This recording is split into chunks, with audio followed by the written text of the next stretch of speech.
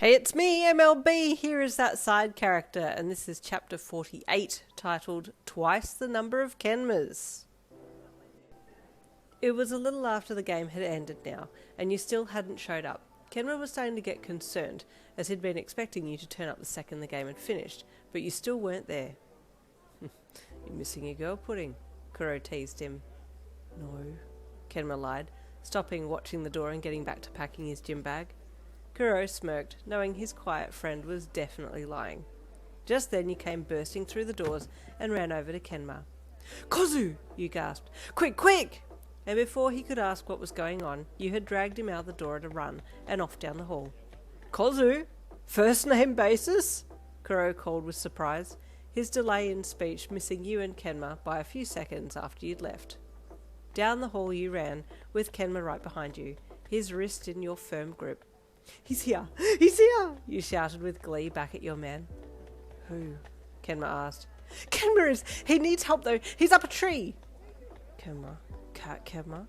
Kenma asked, squinting in the bright sunlight as you tore out through the front doors and over to a tall tree. "He's there!" you squealed with delight, pointing up to one of the highest branches to where a rugged-looking kitty was perched on the thickest part of the branch. "Oh, it is him," Kenma said, staring up at the tree. "Yeah, please can you help me get him down?" you begged to your boyfriend. He nodded, quickly assessing how to get up the tree to get the terrified cat. "Don't worry, Kenma, we'll get you down," you called up to the cat. Kenma cried up from the top, his claws gripping onto the side of the branch. "Please, Kozu," you asked your boyfriend, who had now stepped up to the side so that he could jump up to the first branch and grab it. Effortlessly he grabbed it, in hand, and swung a leg up and over so he could hook it and pull himself up to straddle the branch. "Yay!" you called excitedly when he had righted himself. "Go, Kozu!" He looked very apathetic about going up any higher and just sat in the tree, on the lowest branch, looking up. "You need to go higher!" you called to him. He just sighed.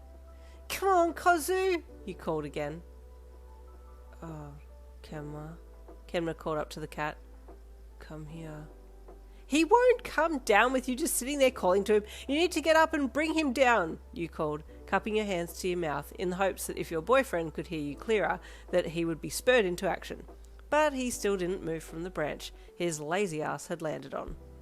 With an exasperated sigh, you let your hands fall to your sides, and then you set your face with determination. "Okay, you know what? Help me up." You stepped towards the tree and held one of your hands up so that Kenma could grip your wrist, and then you held onto his wrist and then used your legs to walk up the side of the tree trunk and flick yourself over the same branch as Kenma. You sat there facing him. "Okay, I'm going to go up. You stay here and support," you said to him. He nodded and watched as you climbed up the next few branches towards the cat. By now, a few other people had stopped to watch to see what was going on and called their encouragement as you got closer to the terrified feline. You were about to reach for your fluffy-eared Kenma when you felt someone hold your ankle, and you looked down to see Kenma, your boyfriend, had followed you up a little way as well. "I'm going to reach for him, okay?" you warned your man as you started to stretch your arm out. He nodded. With a lot of encouraging words to the terrified kitty, you reached an arm out towards him.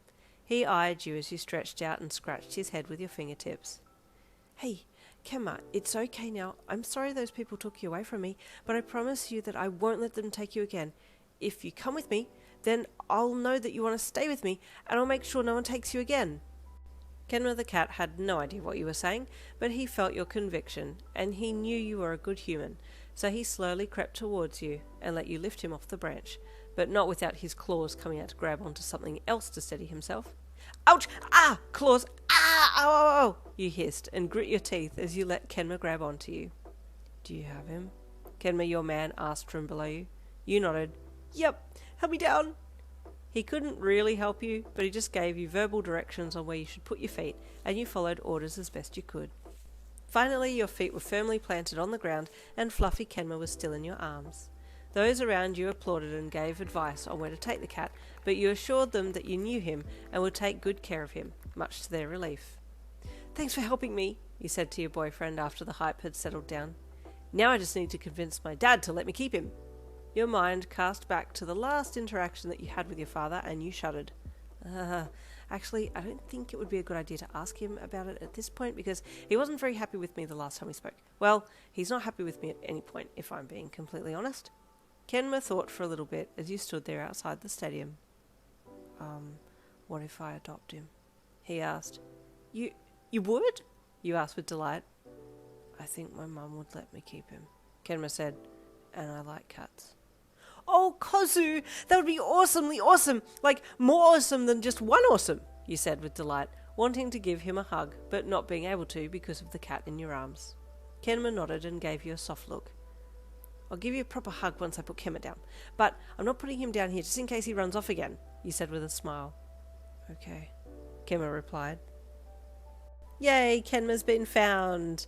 That ends chapter 48. Stay tuned for chapter 49 coming tomorrow.